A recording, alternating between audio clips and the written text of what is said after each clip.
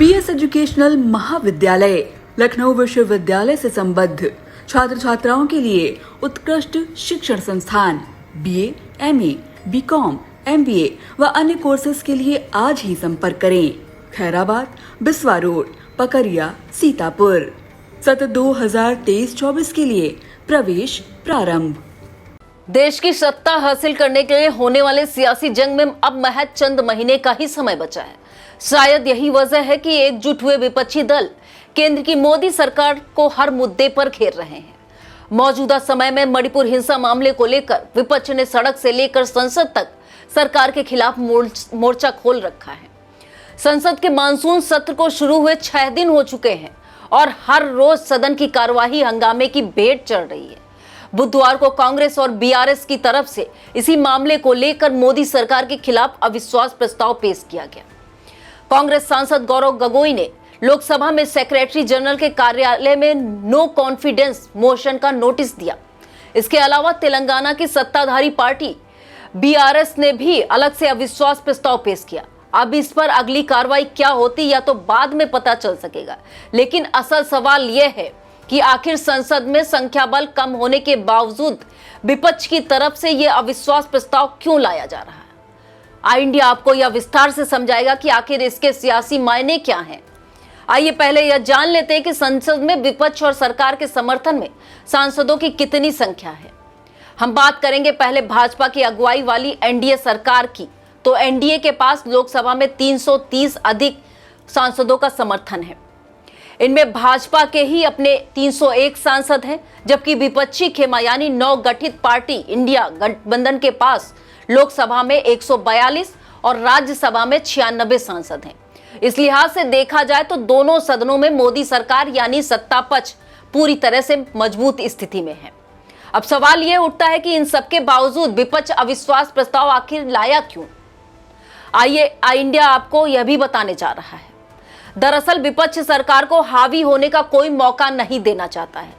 विपक्ष लगातार मांग कर रहा है कि मणिपुर मामले में प्रधानमंत्री नरेंद्र मोदी सदन में बयान दे, जबकि सरकार ने कहा है कि गृह मंत्री अमित शाह इस मसले पर बयान देंगे। ऐसे में अविश्वास प्रस्ताव एक ऐसा तरीका है जिसके जरिए विपक्ष पीएम मोदी को संसद में बुलाने की कोशिश कर रहा है। कुल मिलाकर सारे विपक्षी दल पीएम मोदी को ही घेरना चाहते हैं। ऐसा इसलिए क्योंकि अभी तक एनडीए का जो एक चेहरा रहा है वह सिर्फ प्रधानमंत्री नरेंद्र मोदी ही है। इसलिए भाजपा भी नहीं चाहती कि प्रधानमंत्री नरेंद्र मोदी किसी तरह के विवादों में फंसे। प्रधानमंत्री नरेंद्र मोदी ने भी सदन की कार्रवाई शुरू होने से पहले ही मणिपुर कांड की घोर निंदा की और सख्त कार्रवाई की बात भी कही। आई इंडिया अब आपको बताएगा कि विपक्षी दलों के नेताओं ने क्या क्या कहा। कांग्रेस नेता अधीर रंजन चौधरी ने कहा, पीएम मोदी मणिपुर पर सदन के बाहर तो बात करते हैं लेकिन सदन के अंदर नहीं बोलते। विपक्ष ने मणिपुर पर बार बार सरकार का ध्यान आकर्षित करने की कोशिश की, लेकिन यह विफल रही। ऐसे में अब अविश्वास प्रस्ताव ही सही है।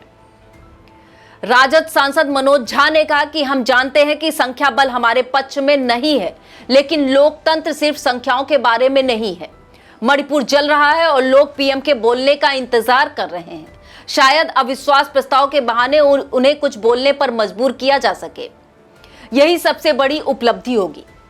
शिवसेना यूबीटी सांसद प्रियंका चतुर्वेदी ने कहा कि कोई अपनी जिम्मेदारी से बच रहा है, कोई मणिपुर के प्रति अपनी जिम्मेदारी नहीं निभा रहा है। लोग सोच रहे हैं कि पीएम संसद में क्यों नहीं आ रहे हैं। अगर हमें पीएम को संसद में लाने के लिए इस अविश्वास प्रस्ताव का इस्तेमाल करना पड़ रहा है तो मुझे लगता है कि हम इस देश की बहुत बड़ी सेवा कर रहे हैं।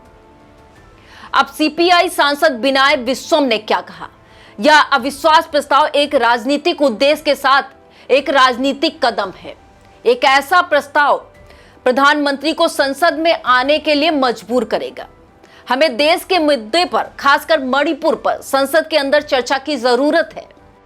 बीआरएस सांसद नामा नागेश्वर राव ने कहा कि हमने अपनी पार्टी की ओर से अविश्वास प्रस्ताव पेश किया है।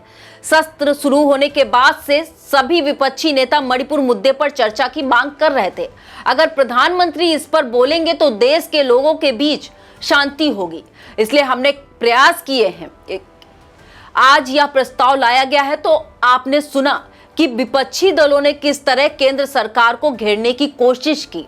आई इंडिया अब आपको यह भी बताएगा कि मुद्दों पर सरकार की तरफ से किस तरह अपना पक्ष रखा गया है। संसदीय कार्य मंत्री प्रहलाद जोशी ने कहा कि लोगों को पीएम मोदी और भाजपा पर भरोसा है। विपक्ष पिछले कार्यकाल में भी अविश्वास प्रस्ताव लाया था। इस देश की जनता ने उन्हें सबक सिखाया है। केंद्रीय मंत्री अर्जुन राम मेघवाल ने कहा, अविश्वास प्रस्ताव आने दीजिए, सरकार हर स्थिति के लिए तैयार है। हम मणिपुर पर चर्चा चाहते हैं। उन्होंने नियमों का मुद्दा उठाया। जब हम नियमों पर सहमत हुए तो वे नया मुद्दा लेकर आए हैं कि पीएम आए और चर्चा शुरू करें। मुझे लगता है कि ये सभी बहाने हैं। GS Singh institute of pharmacy, Parasrai, Dhondhi, Laharpur road, Sitapur.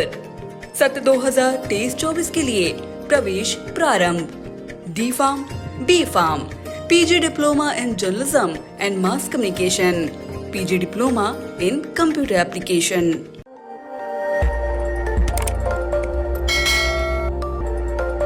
खबर आपकी, नजर हमारी।